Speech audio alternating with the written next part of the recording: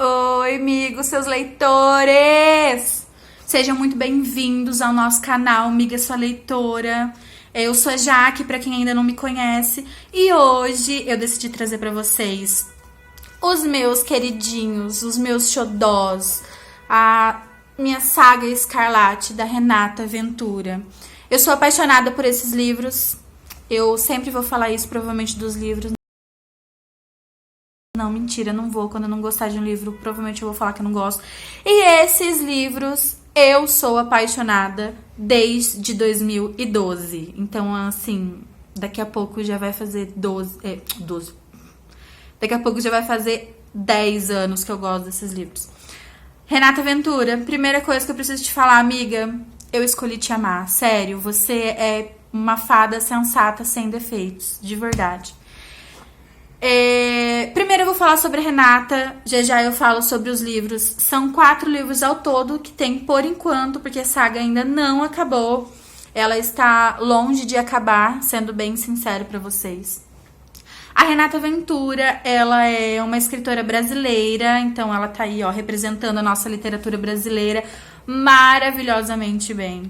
A Renata, ela mora no Rio de Janeiro, nascida, criada, cresceu no Rio de Janeiro. Ela morou alguns anos fora do país, não me lembro exatamente onde que ela morou, mas eu sei que ela morou fora do país.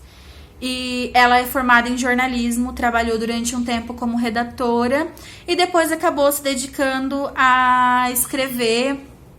E escreveu muito que bem, viu, amiga? Muito que bem. Você tá de muito parabéns. Eu vou falar um pouquinho primeiro sobre a Arma Escarlate, que foi o primeiro livro que ela escreveu. Esse livro ele foi lançado em novembro de 2011 e ele, tipo assim, desde o começo, ele bateu o recorde de vendas logo que ele foi lançado. Eu ganhei o livro em 2012, eu ganhei o livro no Natal de 2012 de um amigo lá quando eu morava em Campinas e eu me apaixonei. A Renata, ela teve uma pegada assim, tem algumas pessoas, alguns fãs que costumam dizer que é o Harry Potter brasileiro, a saga dela. Só que eu não gosto muito de levar por esse viés, não, porque eu acho que... não sei, eu sinto que é meio que desmerecer o trabalho dela, então eu acho que não tem muito a ver. Tem a ver em relação à magia, em relação a que tem uma escola específica, a Corcovado, né, no caso, que é onde todos os alunos moram, que é muito semelhante à saga do Harry Potter, mas esse é a nossa saga brasileira, maravilhosa.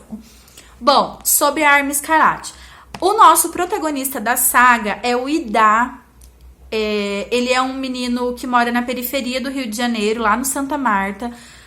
A história não se passa nos tempos atuais, ela se passa em 1997, o primeiro livro. E ele vem começando a contar sobre a história do Idá, que ele, depois que entra na Corcovado, ele se intitula como Hugo. Ele muda o nome dele para Hugo Escarlate. E o Idá, ele, como eu acabei de falar, ele mora na periferia do Rio de Janeiro, ele mora com a mãe e com a avó, que assim, são os amores da vida dele. Ele é um menino um pouco agressivo, um pouco difícil de lidar. O Idá, ele é o tipo de personagem que a gente ama e odeia o tempo todo. Enquanto você ama ele num parágrafo, no próximo você já tá querendo matar ele e falar assim: menino, acorda, pelo amor de Deus. Ele deixa esse sentimento de raiva e ao mesmo tempo de amor o tempo todo. Nos 4 livros ele faz isso o tempo todo. Até quando ele tá fazendo a coisa certa, a gente tem vontade de esganar ele. Mas ao mesmo tempo a gente tem vontade de pegar e falar assim: vem cá, que eu vou te amar, eu vou te abraçar, eu escolhi te amar, Idá. Enfim. O Idá, ele se vê numa situação muito complicada logo no início do livro. Ele se vê jurado de morte pelo maior traficante lá que cuida do morro onde ele mora. E ele, nesse meio todo, nessa loucura toda, ele se descobre bruxo. Ele descobre que ele tem poder, que ele tem magia. E é onde ele para e pensa assim: eu vou me tornar um dos melhores e maiores bruxos. E eu vou cuidar da minha família. e eu vou vingar tudo que eu fiz. Então, assim, a intenção inicial dele querer ser bruxo é porque ele quer se vingar de tudo que o traficante lá fez pra ele, fez com ele, contra a família dele, porque o traficante começa a ameaçar bastante a família dele. Então é onde começa a loucura, ele entra na Corcovado, é mentira atrás de mentira, mentira, mentira. E aí a avó dele tá doente nesse meio todo. Só que, o que acontece? O Hugo nessa história toda, o Idá barra Hugo, que agora eu vou chamá-lo de Hugo, tá? O Hugo, ele conhece um grupo lá da Corcovado que é muito... Eles são influencers. Eles são tipo aqueles bad boys, mas eles são do bem, sabe? Que são os Pixies. Eu acho que é assim que pronuncia, tá? Não tenho certeza. Mas eu acho que pronuncia Pixies mesmo. Ele é um grupo constituído por 4 pessoas. O Hugo acaba sendo o 5º. E no meio dos Pixies tem o Capi. Capi, eu também escolhi te amar, amigo. Você é maravilhoso. O Capi, ele é o personagem, assim, que você não consegue não gostar dele. Você ama ele do início ao fim. O Capi é o Capi, entendeu? Ele é maravilhoso. Não tem outra palavra pra descrever o quão perfeito aquele personagem é. Enfim, o Hugo, quando entra na Corcovado, ele acaba se envolvendo com esse grupo e ele começa a descobrir o verdadeiro valor da amizade. Porém, o Hugo, ele é muito arredio. Então ele começa a se soltar, mas é uma coisa muito difícil, que durante os 4 livros é uma dificuldade atrás da outra que ele passa. O Hugo, ele descobre o valor da amizade, o valor da confiança. O livro, ele traz muitos debates que a gente pode ter enquanto sociedade. Porque, por exemplo, essa foi a minha leitura, quando eu fiz a leitura do livro. Foram as questões que eu levantei, tá? Talvez a autora nem queira ter tido esses questionamentos, mas é o que tá muito explícito no livro. Ele traz as questões sobre a diferença de classes, porque o Hugo, ele é o típico menino que sofre muito pela sociedade. Ele é o típico menino de 13 anos que acaba se inserindo naquele meio em que ele vive, onde não é um meio... que, por exemplo, no tráfico, que não é um meio apropriado pra ele, entendeu? Pra ninguém, na verdade, mas enfim. Então, traz muito esse questionamento. Ele fala muito sobre drogas, porque o Hugo, nessa correria toda, ele acaba se envolvendo, de certa forma, com drogas e levando pra dentro da Corcovado. Então, além da luta de classes, o livro fala muito sobre a respeito de drogas, fala muito também sobre a confiança, sobre amizade, sobre família. É um livro muito envolvente, do começo ao fim. Então, na Arma Escarlate, ele vem trazendo mais... Eu não vou falar, assim, ponto por ponto por ponto, porque senão acaba perdendo o brilho do livro. Eu acho que é legal vocês fazerem a leitura dele, porque vale bastante a pena, tá? Outra coisa que a Renata, ela traz em todos os livros dela, que assim, eu acho incrível.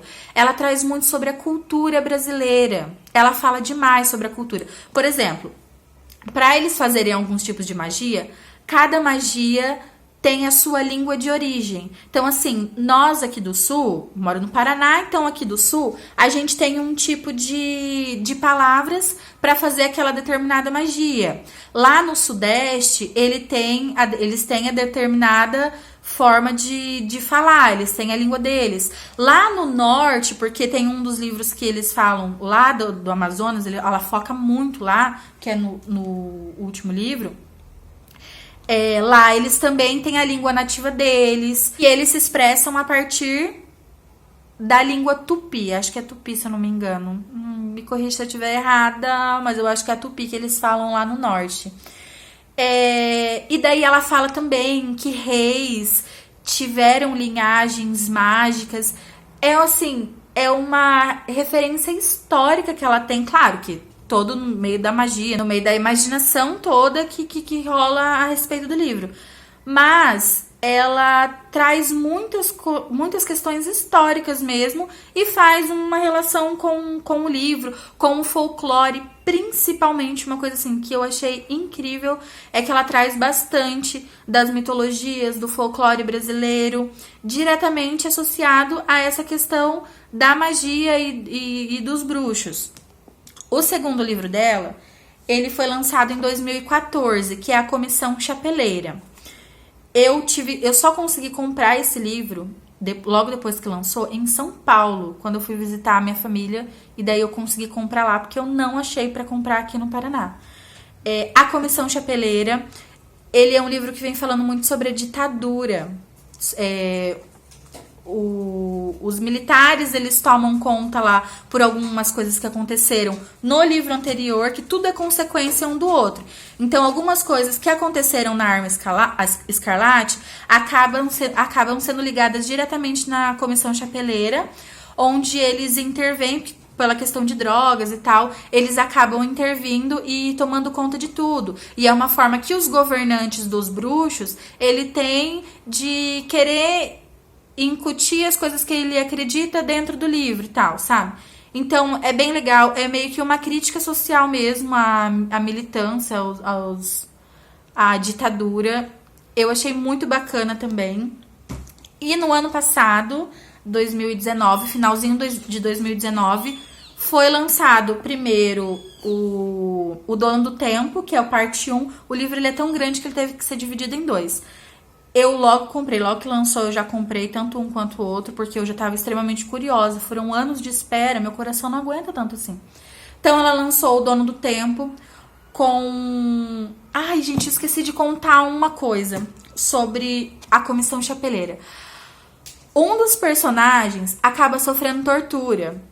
E conforme ele é torturado nesse livro, você é torturado junto. Então, assim, Renata...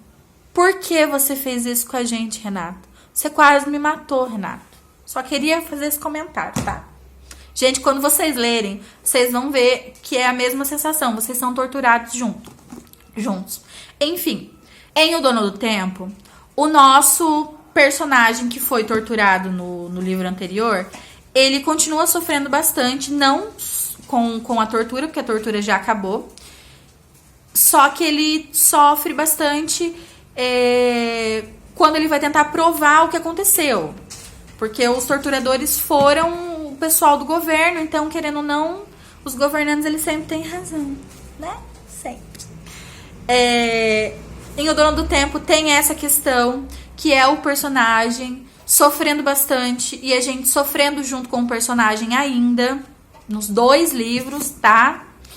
Só que também tem um dos personagens que ele está morrendo e daí o nosso Hugo /Ida corre para tentar ajudar esse amigo que acaba se tornando mais do que só um amigo para ele.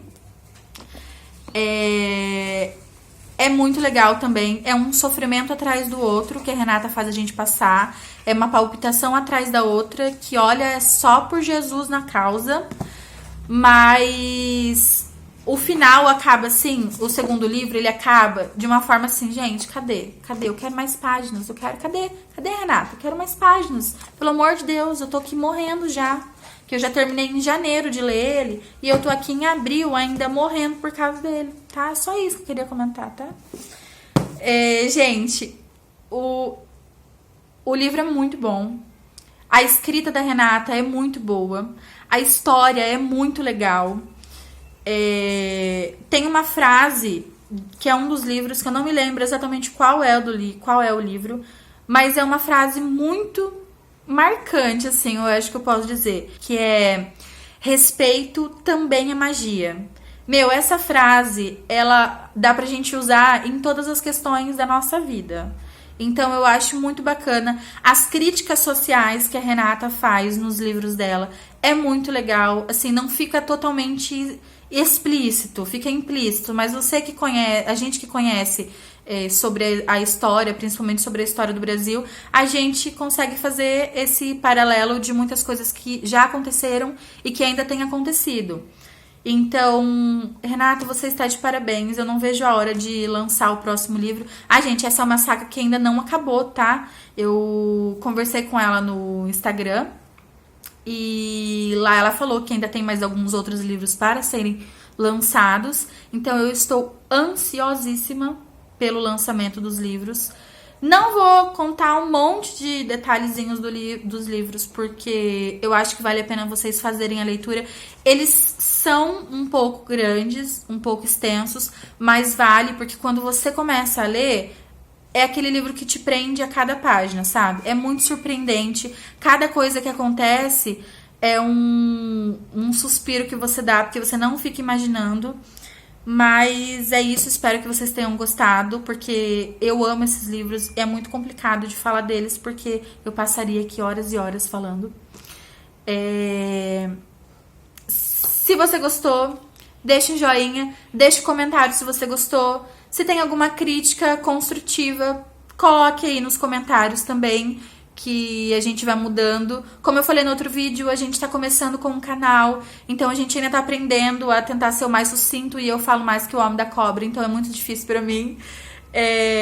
Mas vai lá, segue a gente no Instagram, @amigassualeitora. Já segue a gente no canal, se você ainda não segue.